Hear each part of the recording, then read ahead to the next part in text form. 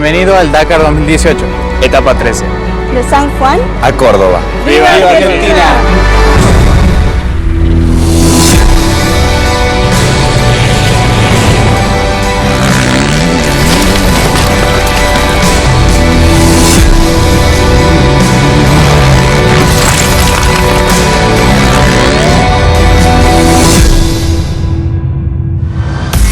Welcome to Dakar 2018.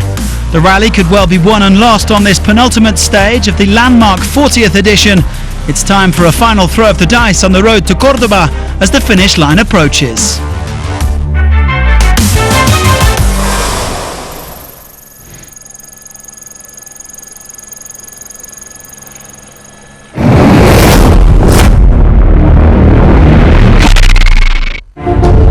In the last 2 weeks, the field of Dakar 2018 have covered about 4,000 kilometres of dunes. That's billions of grains of quartz and silica churned up by the rugged rubber. Let's slow down the sands of time for a moment.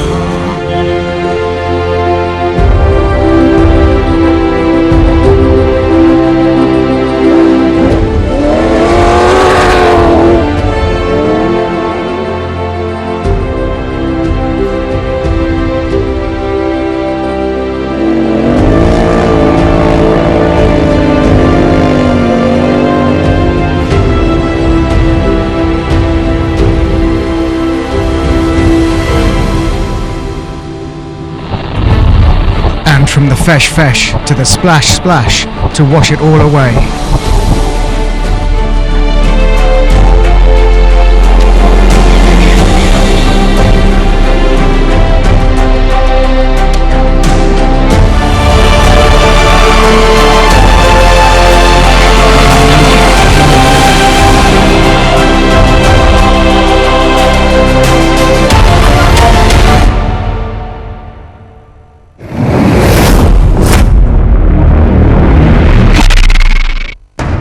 Previously, in the bikes, Walkner kept his overall lead at 32 minutes.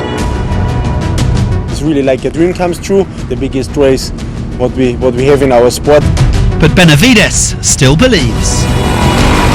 Anything's possible in this life. We have to keep fighting and have faith. And the rest aren't far behind.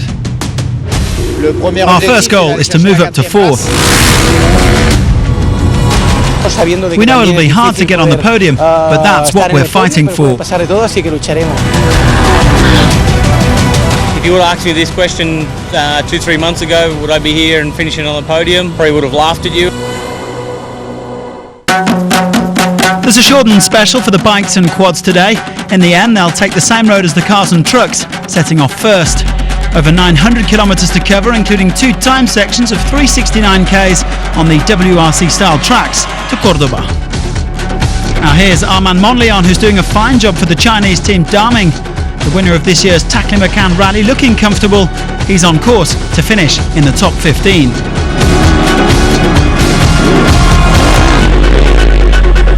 Juan Pedrero came into this one 12 minutes ahead of his fellow Catalan Monleon. The Sherco leader, 5th in 2011 and 13, has been steadily improving in recent days after a tough first week. He still has slim hopes of a top 10 finish. Ricky Brabec eating up the dirt on his Honda. The American on course to finish 6th overall, improving on 9th place from 2016. But disaster struck for him at the 52-kilometre mark. A blown engine and a fire forcing him to give up the ghost. A second retirement in as many years for Brabec, who quit on stage 10 last year. 6th place looks set to be recovered by Johnny Aubert. 14th in 2012, the 2-time World Enduro champions having a sensational Dakar for the returning Gas. He was 5th fastest at the end of the first special.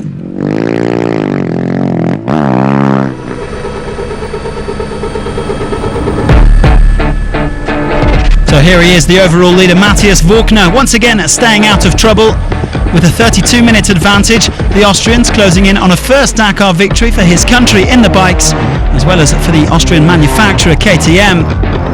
The spiritual son of Heinz Kinnigan set to make history then, and today he was happy to follow the tracks of the leading trio. Second last year after 2 retirements, the former motocross world champion looks to be just one short stage away from Dakar glory.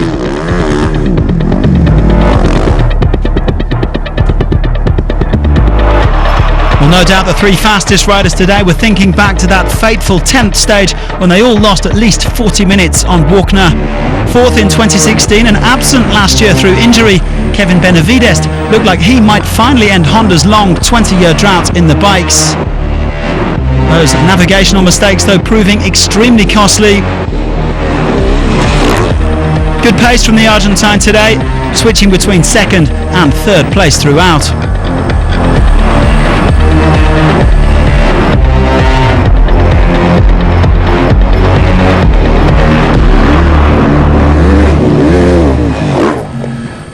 Well, Antoine Mayo has also emerged as a potential Dakar winner this year. With two-stage victories, the Frenchman's been one of the star performers, but he, like Benavides, was caught out on stage 10. The five-time Enduro World Champion will definitely be one to watch in future editions. Now, he did lose a little bit of time today in the Fesh, falling a minute or two behind Benavides at one point. Either way, though, he looks set to seize fourth place away from Himoince's Gerard Fares.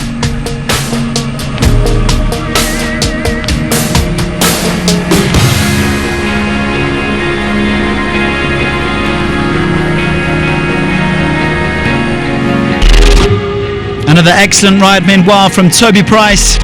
Now, considering that he spent most of 2017 off the bike and had a metal rod in his femur changed in October, this was some performance from the Australian. Heading into the latter part of the stage, he looks set to take the victory ahead of Benavides. And that would be his second win of this Dakar and his 9th overall.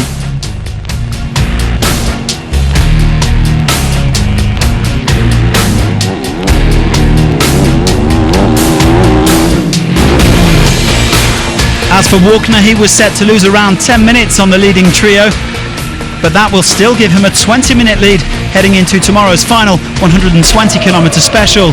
He's heading full throttle for a first Dakar victory. And so onto the quads with a tricky day on the menu in the Fesh. Now, the overall leader of this category, Ignacio Casale, has led from wire to wire, and he looks determined to finish Dakar 2018 in style.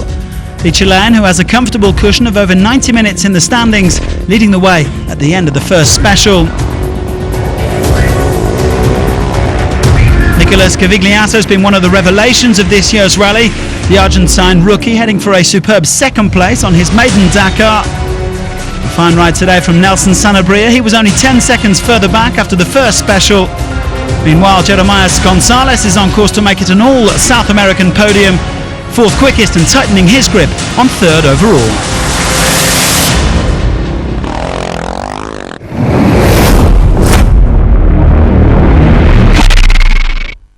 While the Dakar has been surfing the dunes and jumping the Rios of Argentina, kite surfers have been doing the same at Cuesto del Viento, meaning the wind slope. It's a reservoir almost purpose-built for the adventure sport.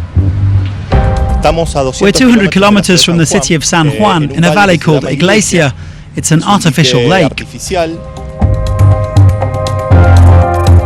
It's an impressive sight. What's special about it is that there's wind almost every day of the year, which is pretty rare.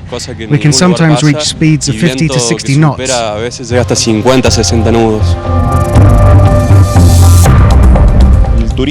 Tourists who come to this place follow recommendations. A lot of foreigners come here, as well as people from every province of Argentina. Every year we organise an event called Kite Fest. People who come believe it's the best spot in the world, ideal for beating records.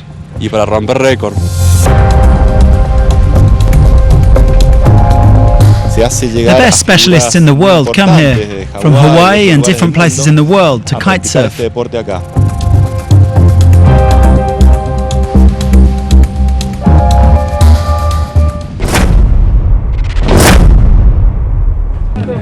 San Juan greeted the Dakar in style. On the very impressive San Juan racetrack that has welcomed the rally bivouac since 2010, the governor of the province, Sergio Unac, came to pay a visit to the event. Alongside very enthusiastic children from the neighbouring cities, the governor had a long walk before receiving special Dakar gifts from the organisers of the race. Allí está, allí lo muestra el señor gobernador. The first ever Czech woman to compete in the quad race, Olga Rukova, is now the last remaining lady in her category. The 33-year-old suffered hell this morning during the first part of the stage. It's very hard stage. So much hot. I don't have water in my camera bag. It's not perfect. I need to go home. With 2 stages to go, Rukova was 27th overall.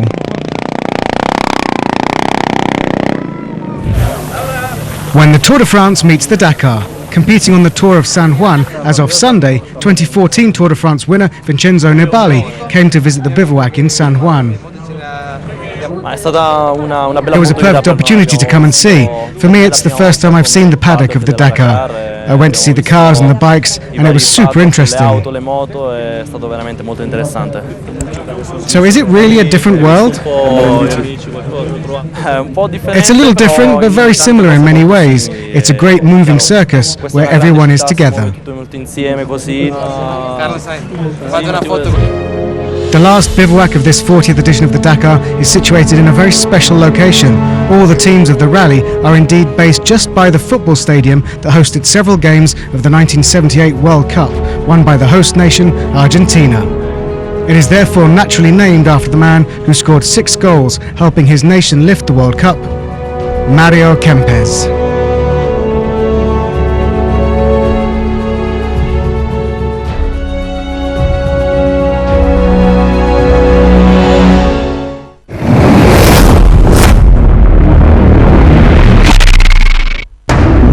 Previously in the cars, the Dakar has been destructive for NASA's tyres and ambitions.